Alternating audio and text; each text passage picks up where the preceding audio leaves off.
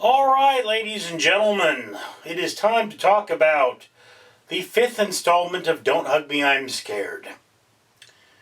Yep, finally getting there. And if you don't know, you should probably go back and see my Don't Hug Me, I'm Scared playlist, where I've added all the episodes together and my commentary on them. So, Don't Hug Me, I'm Scared is a fake puppetry / computer animation children's show that starts out seeming very childlike and then goes quickly to a nightmarish condition. And this show revolves around 3 to 4 characters, depending on how you look at it. You've got Red Guy, Yellow Guy, and Duck, and then the father character who exists in the background. This all takes place on Father's Day, and in every episode, they're given nonsensical, controlling nightmare songs that just scare the heck out of them. So, we start this episode with Yellow Guy, and Yellow Guy is crying because he misses his friends, Red Guy and Duck. Red Guy left, Duck got eaten by Yellow Guy, sort of, and, Yellow Guy tries to get some sleep, but the lamp starts singing to him about having dreams, and then it quickly becomes a nightmare.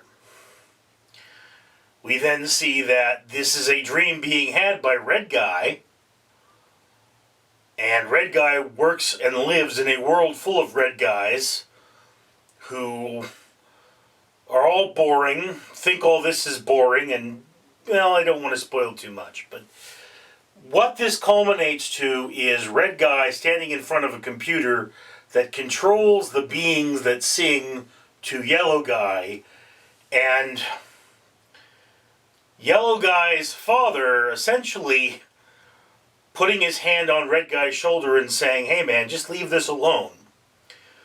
To which Red Guy responds by pulling the plug. Pulling the plug leads to a reset of sorts where we see Red Guy has become Blue Guy, Yellow Guy has become Green Guy, and Duck has turned red. These are the colors that in the first episode each character said was their favorite. The calendar turns to the next day, the 20th, which incidentally Father's Day changes every year, so the 20th is a common Father's Day, and the singing starts once again. So, again, we see the end and the beginning of a cycle. This is essentially the literal interpretation of it's all happening again. It's all happening again with the choices that the last set of characters have made. Again, there are many ways to interpret this. One of those ways is to say, look, again, personal interpretation. My father, who was very disappointed in me, he's passed away now, but my father being very disappointed in me, he went out there and he was very critical of me and he blamed me for all of my problems, and I turned around and blamed him for at least a good deal of my problems. In fact, I always felt that his interventions made the situation considerably worse, because he'd sit there, he'd yell at me, he'd make promises he didn't keep. So then what happens in life is that you have your turn to screw up your own children, and the question is, can you do so without repeating your father's mistakes? Most of us tend to repeat those mistakes in some way or form. Two of the rules of psychology, or two of the trends of psychological human behavior, are the abusers find the abused, which means if you've been abused in the past, you're likely to attract people who will be abusive towards you. And the abusers become the abused, or the abused becomes the abuser.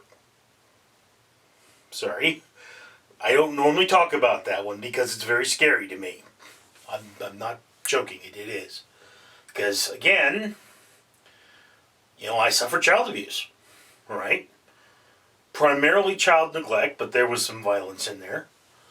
And one of those things I have to worry about, if I ever have children, is can I keep from being abusive towards them? And I mean, one of my bigger problems, going off topic a bit, is that I'm always worried about if I had children. I'm a little old to have children at this point, but not that old.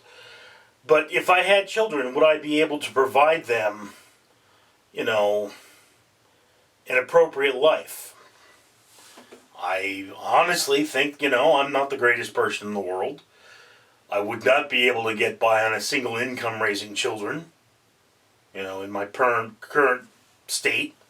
So either I would be like my own father and be out working all the time, or I would have to have a spouse who works. And again, I remember there was one time I was working like a dog. People say, "You must have children." I said, "No. If I had children, I'd like them to remember what I look like." So again, there's always that fear that I have, that I will become the abuser who abused me. That's not set in stone. It's merely a possibility, and that's one of those things this episode essentially tells you, is that, you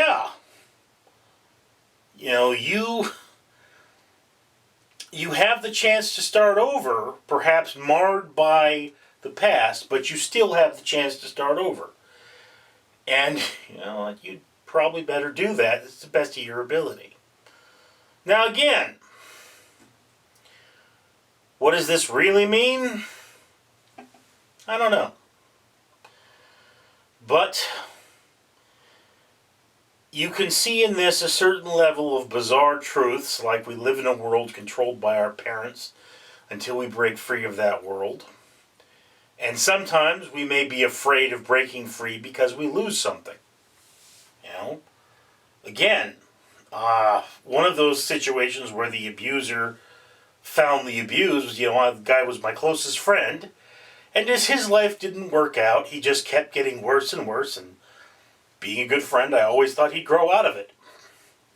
Till one day, he was 30, and it was like, "Look, dude, you need to grow out of this," and he refused, and I had to walk away from the vast majority of my friends. I remember, I think it was something like 17 people that were on my Facebook that I had to delete. And these were all people that I had spent at least 20 or 30 hours in their company. So it's not like they were people I didn't know.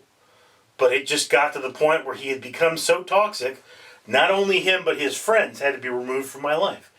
And of course that meant that, the normal people I would look to when I had a problem, people I would complain to if my car broke down, things like that, they all disappeared.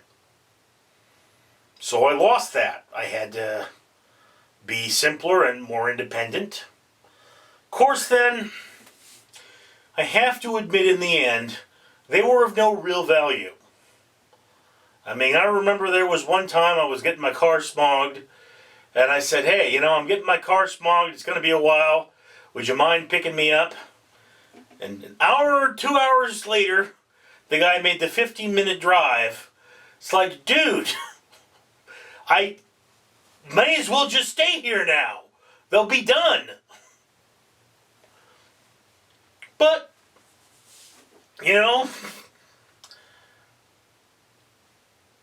that was those people. And I'm glad they're out of my life. In fact, I only wish I ditched them sooner now that I think about it, but that's not the point.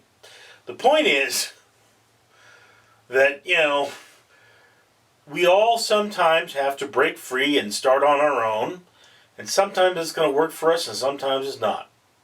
But that's just my opinion, and I'd love to hear yours down in the comments below. I'm Richard. Greetings, Americans. I am Borgoff.